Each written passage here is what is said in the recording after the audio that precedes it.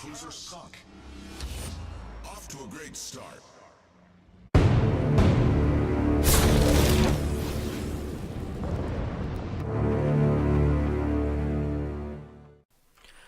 Greetings shipmates and welcome to another episode of Let's Make Mistakes. Today we will be showing a triple Massachusetts division game with myself, the Hillock and Penku. Now I'm going to throw a couple of quick disclaimers in here. If you've tuned in to watch a massive, high damage, ridiculously over the top game, this is not the game that you think it is. So it could almost be classed as fake news at the start, but it is still a triple division mass game. And second disclaimer is, I read an interesting article a while ago that every time someone puts a video onto YouTube of anything, it's always of an amazing game with high damage, they're done epically well, and there's never a run of the mill game, a run down the road. Well, this game is kind of going to come somewhere in between the pair of us, between the three of us even, should I say, because we are going to push through, we are going to coordinate, and the other team is going to collapse in what can only be described as record time. Now, there's a couple of ways to win a game in World of Warships. It's to capture all the objectives and reach 1,000 points. Another way to win a game is to sink all of the enemy ships. Alternatively, in the third one, which doesn't happen quite as often, is that you bring the enemy team down to 0 points. Now, bearing in mind the fact that you start the game on 300 each, it only takes a few ships to get there if you're not scoring any points. Now, judging by the direction that the chat's going, and it is actually some good friendly banter with the opposition as well, is they're quite looking forward to the memes that are happening as well. Now, all three of these Massachusetts, we are all fully secondary spec'd, so these things are going to spit out a ridiculous rate of fire. As soon as we target something, there's a lot of secondaries. They've all got IFHE on them as well, so they're going to pierce absolutely everything.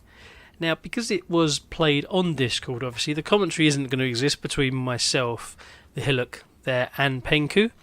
However, there wasn't really a lot that we could talk about, because it happened pretty quick. However, what we had decided was that we was going to drive towards this Bravadoh cap, as close to this island as we possibly could.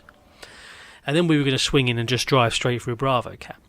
Now, this game goes one of two ways. If the opposition team have split and gone to Alpha and Bravo, we're sailing straight into the middle of a crossfire, and we're in trouble, and we're probably going to be one or two of us dead, and it's a boring, horrendous video before anything's even happened. Now, as we can just see, the Otago is taking care of the Eagle up at Charlie as well, so we're not off to the best of starts. We are contesting Bravo at the moment with our Mayhan. They are capping C, and we are capping Alpha. So we're going to head in now. Now the plan here is we are going to steam straight through to that island, lock our secondaries onto the first thing we can find, which we know at this point is an enemy destroyer, and we're going to kill it. That's the plan. So we have decided we're going to go for a split here. Myself and the Hillock are full steam ahead, straight through Bravo. We're going to go round to the left-hand side of this island, and Penku, who is just off of our starboard side at the moment, he is going to turn to starboard and he's going to go around the other side of the island. So there's a good chance torpedoes could be coming in one of our directions. Chances of actually destroying two of these battleships in one torpedo salvo are very, very low.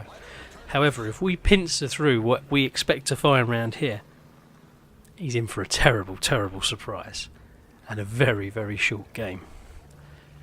And that's exactly what is going to happen as well. So there's a spoiler for you as well.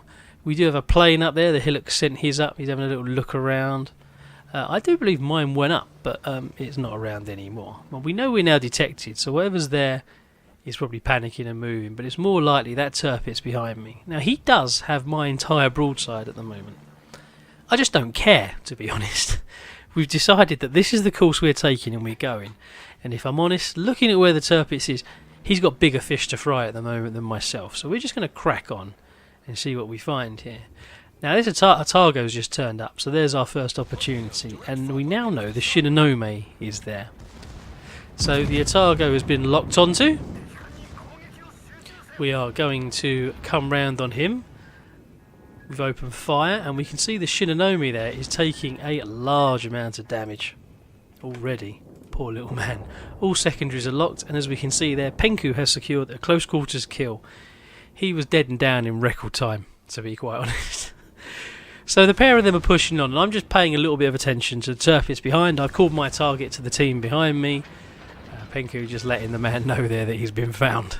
And I've locked my secondaries on. The replay file doesn't actually show that the secondaries are locked onto the target, but they absolutely are. As we can see, they're all firing in one direction, and the numbers are racking up, and he has gone down. So they've now lost 2 ships in very quick succession, but they do respond and take our Hipper out of the game with a dev strike. Now the Otago's knocking around there, so we're going to expect that he's going to swing around there and put torpedoes through. We can see some big ordnance coming out there from the main battery. When they do fire and they do hit, they do actually do some damage. It's just trying to actually get them to hit anything is a lot more challenging than you really believe. Secondaries are locked onto the Otago, but obviously they can't traject across the island, so they're just going to have to be as they are. Now we're expecting torpedoes shortly here. We can see lots of small arm fire going through on the Otago there. The secondaries for both the Hillock and Penku are firing continuously at the Otago. He's trying a turn away while I'm having a little go at the 23, and we can see the Hillock has secured a close quarters kill on the Otago as well. That is the second one of the game. From the wonderful secondaries with IFHE, they penetrate everything from every angle as well. They are indiscriminate once locked on. They will carry on until there is nothing left to shoot at. Now unfortunately this poor 23 is in the same position. We've got all our secondaries for all 3 of us coordinated, locked on him, and he's a goner as well. The opposition are down to 60 points. We're 6 minutes into this game. We're all loose on the Monarch over there. First volley's coming in. I have to do a little bit of a jink here because unfortunately the Otago did get his torpedoes out, so I just need to manoeuvre this hulking great battleship in between. Eat one in the rear. At this point I'm not really too worried, just disappointed I've had to change course. The secondaries for the other 2 masses are both locked on over there, and as we work towards the end of the game we should see now Penku there has secured the kill from his secondaries starting the fire. And yes, that game has ended already in what can only be described as record time. The score sheet there shows that not really a lot's actually happened for either team. They've just been steamrolled, and they've still got 5 ships up that haven't had a chance to do anything. And there in the middle, under the middle of that, we have battle duration. 6 minutes and 23 seconds. And that is how you scare the life out of the opposition. So this was just a bit of somewhere in between indiscriminate fun, and that's it. So until we do again, please like, subscribe and comment below. And until we sync again, I've been Bravadoh.